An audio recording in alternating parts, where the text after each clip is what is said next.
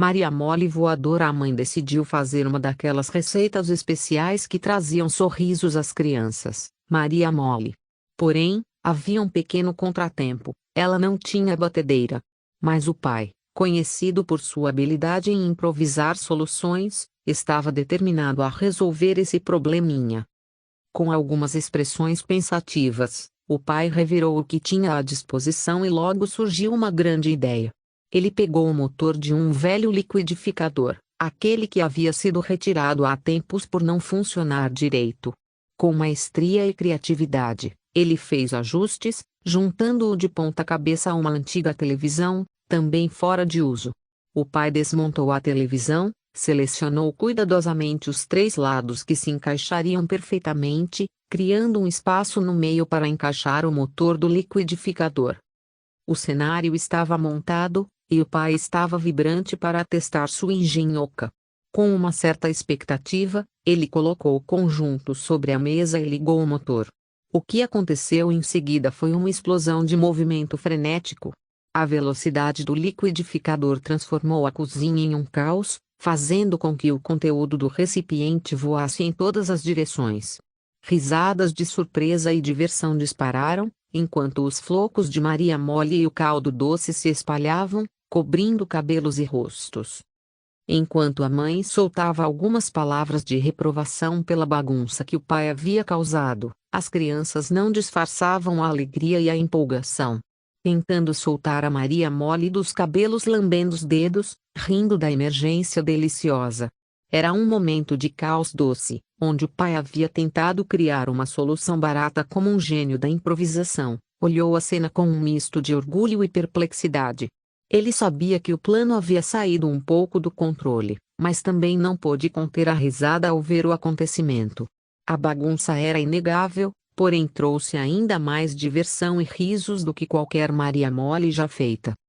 Essa lembrança foi um testemunho da criatividade e do espírito aventureiro do pai, alguém que sempre estava disposto a tentar novas abordagens, mesmo que o resultado não fosse exatamente o esperado.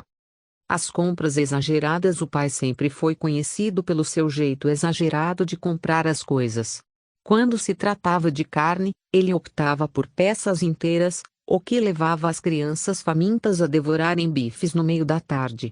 As batatas eram adquiridas em sacos de 60 quilos, uma carga que todos ajudavam a descascar.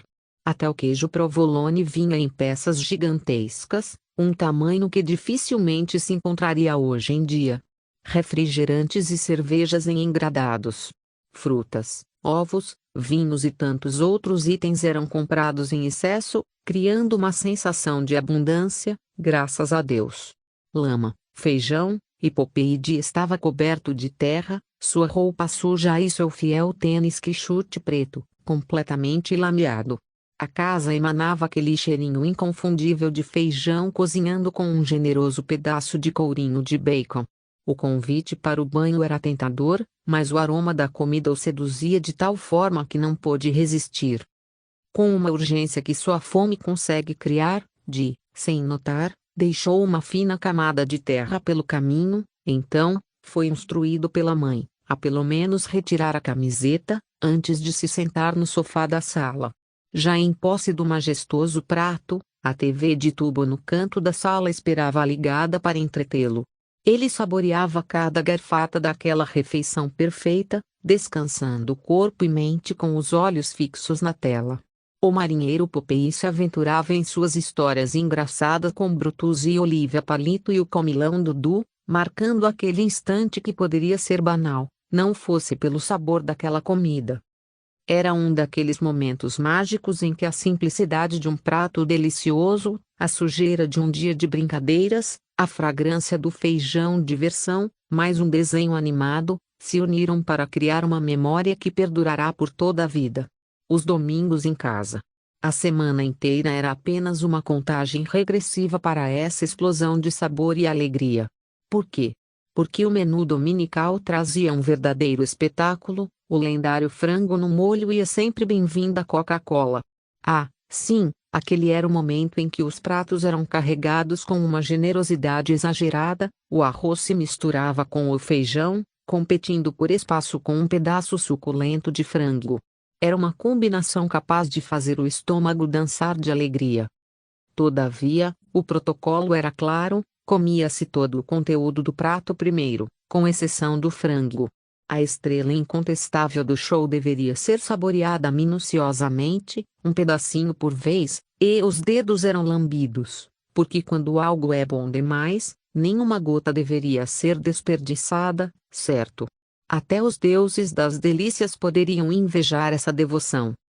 Ah, aquele frango!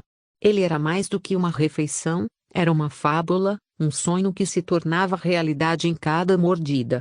Não havia outro sabor que pudesse competir, nenhum frango em nenhum canto do mundo que reivindicasse o título de o frango mais gostoso do mundo. Uma coroa que permaneça intocável e inigualável. Ah, que maravilha de frango!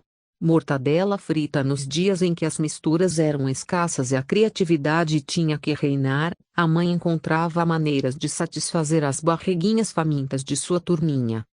Os almoços simplesmente pareciam se esticar, como se quisessem prolongar o tempo, enquanto a mãe buscava ingredientes para criar pratos que fariam carinho nos corações e estômagos. Entre todas as suas criações, uma brilhava como uma verdadeira joia gastronômica: a mortadela frita com arroz e feijão. Na pequena cozinha, ela fazia o trivial se transformar, e ao som de estalos dourados, a mortadela ia ganhando crocância. O aroma se espalhava e traziam os pequenos que se juntavam ao redor, barrigas roncando de expectativa. A fatia dourada era colocada com carinho sobre o arroz fresco, com o feijão suculento por baixo, como se fosse uma premiação. Para quem quisesse, havia um toque final de limão, um borrifo de acidez que tornava o prato ainda mais especial. E a mãe, novamente, conseguia transformar o modesto em algo muito agradável. Uma lição de compreensão. A mãe perguntou: como vocês querem os ovos, moles ou duros? Cada membro da família expressou sua preferência, determinando o preparo dos ovos que seriam servidos. Tata respondeu: nem mole, nem duro. Um enigma culinário que poderia ser interpretado de diversas maneiras, mas a mãe, em sua praticidade, interpretou como um sinal de que a Tata prefere não ter ovo em sua refeição. E assim, quando a mesa foi posta, um prato sem ovos foi destinado à Tata. Ao notar a ausência do elemento principal, a Tata franziu as sobrancelhas e indagou: cadê o meu, mãe? A resposta não tardou, seguida por um sorriso maternal e explicativo: você disse que não queria nem mole, nem duro, então entendi que não queria ovo. Surpresa, Tata compreendeu que suas palavras haviam gerado um mal-entendido. A expressão inicial de confusão logo se transformou em uma risada compartilhada, uma das muitas que ainda se repetem em nossa família. E Tata, ao explicar o seu verdadeiro desejo: mãe, eu queria no ponto intermediário, com a gema levemente frita. Teve seu gosto satisfeito porque imediatamente, cheia de sapiência e carinho, a mãe voltou à cozinha para atender ao pedido da filha. Quando a geladeira se enchia de iogurtes nos tempos em que o Bé começou a trabalhar na Companhia Paulista em São José dos Campos, suas viagens eram ocasionais, e ele retornava para casa nos fins de semana, ou a cada 15 dias.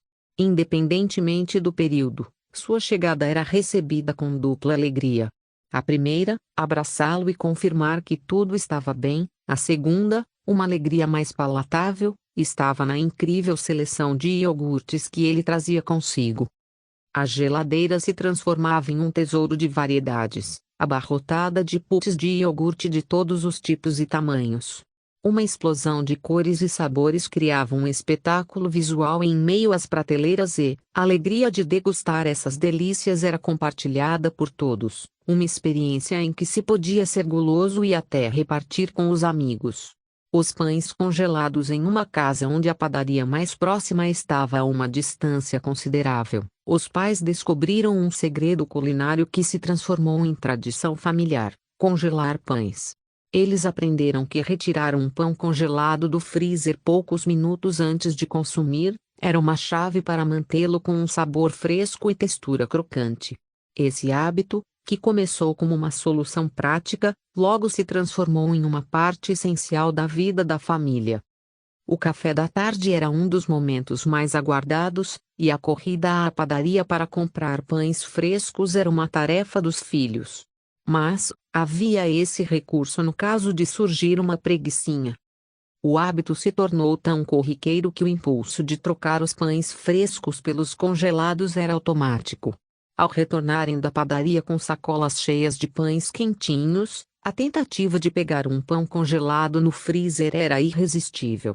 A mãe e o pai riam das expressões confusas dos filhos, enquanto ele segurava pães frescos em uma mão e olhavam para o freezer com pães congelados na outra.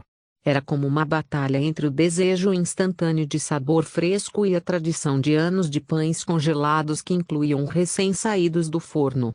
Quando a mãe surpreendia quando a algazarra ganhava vida nas noites em que o pai estava hipnotizado pelo jornal na TV, e a ordem era manter o silêncio acima de qualquer custo, a mãe entrava em cena com uma promessa tentadora: quem for capaz de se calar, ganhará uma surpresa bem especial mais tarde.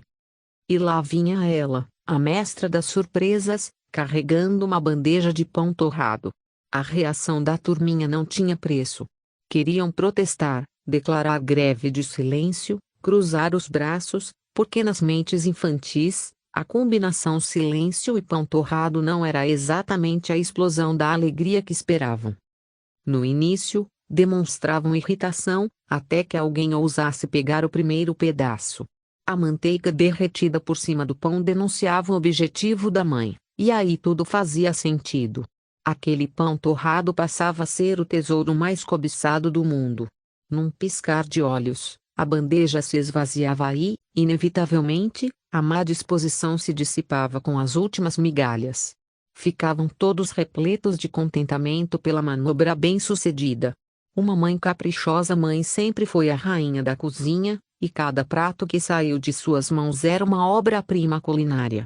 A família inteira tem suas memórias gustativas preferidas, aquelas que são lembradas e celebradas por todos.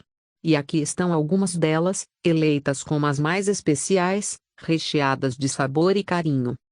Começando com a rosca doce de coco e canela, uma macieza ao paladar. Essa massa era regada generosamente com leite condensado, transformando-se em uma rosca de doçura perfeita. A torta de ricota e tomate, com sua forma de rocambole, foi uma adaptação da mãe, a partir de uma receita da dona Nair, que fazia todos salivarem. A mistura de texturas e o equilíbrio entre o salgado e o suave eram simplesmente divinos. E não podemos esquecer da dobradinha com calabresa, da feijoada e das sopas que aqueciam os dias mais frios. Eram pratos que uniam a família em volta da mesa, criando laços indestrutíveis. Mas a doçura também está presente nas memórias. O pudim de leite condensado, com sua textura suave e o caramelo dourado por cima. E o que dizer do doce de abóbora em pedaços? Preparados com cal, esses pedaços ficavam firmes por fora e extremamente mácios por dentro, derretendo na boca.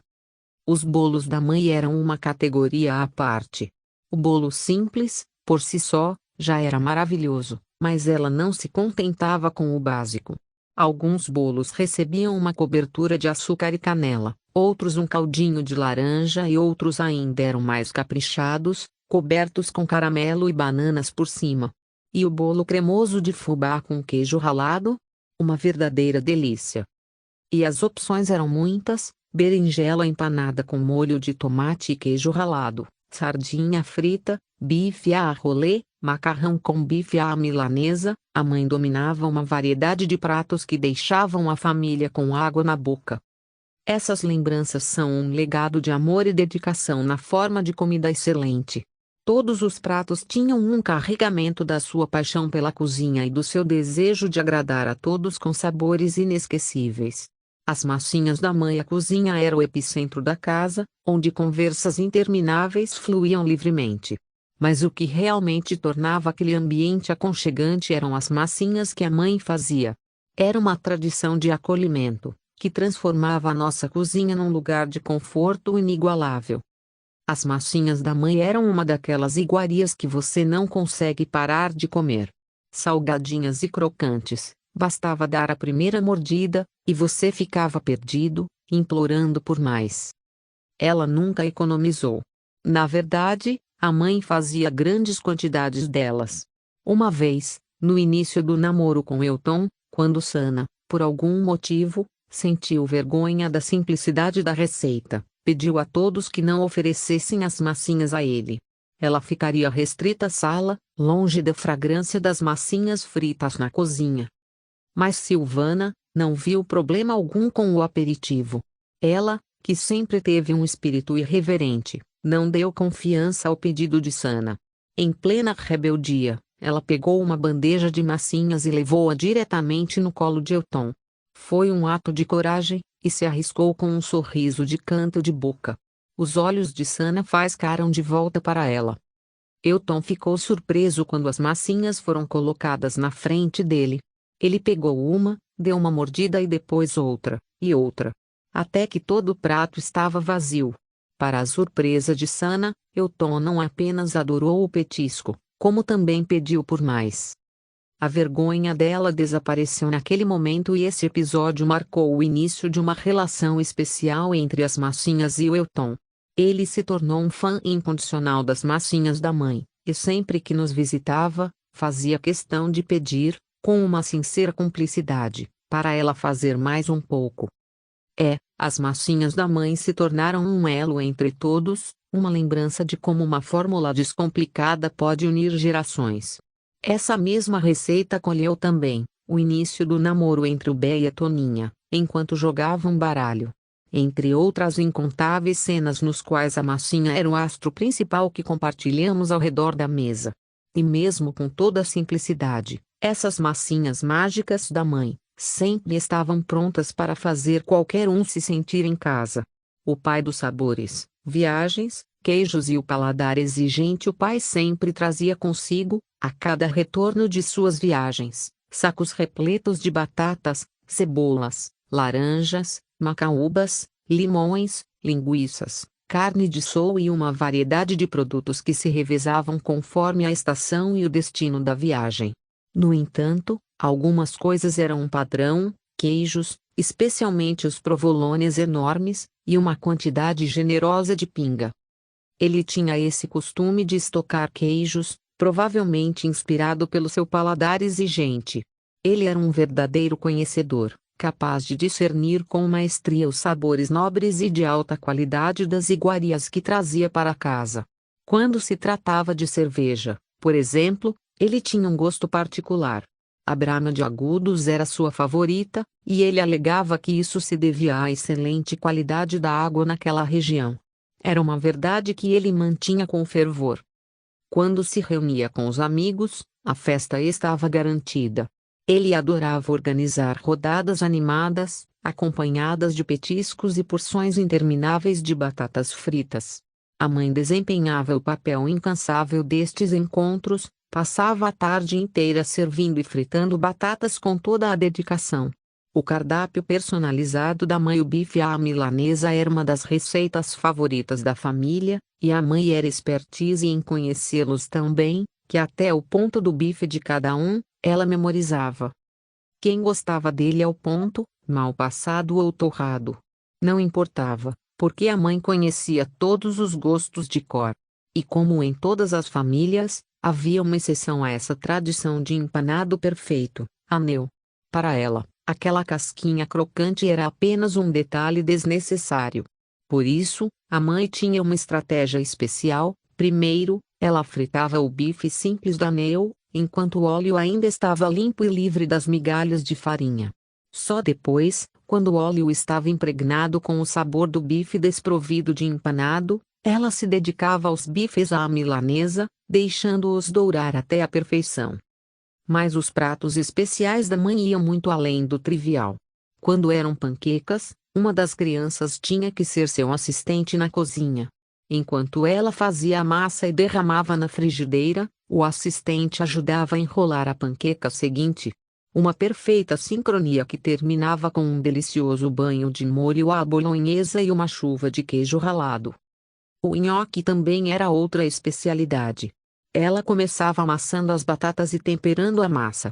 Em seguida, formava rolinhos e, com uma agilidade impressionante, cortava-os em pedaços, todos do mesmo tamanho, com tanta precisão que deixava todos admirados. Os filhos mais novos tinham a tarefa de transportar os nhoques em tampas de panela até os mais velhos, que ficavam responsáveis pelo cozimento. O ritual continuava quando os nhoques eram cuidadosamente mergulhados na água fervente e esperavam gentilmente subir à superfície. Com uma espumadeira, retiradas da água, pronta para receber uma porção generosa de molho e outra chuva de queijo parmesão ralado. Todas as refeições uniam a família em torno da mesa. Os diferentes gostos e especialidades eram tratados com carinho, garantindo que cada prato fosse uma experiência única, repleta de amor e consideração. E você, já comeu feijão duro? Não é mole.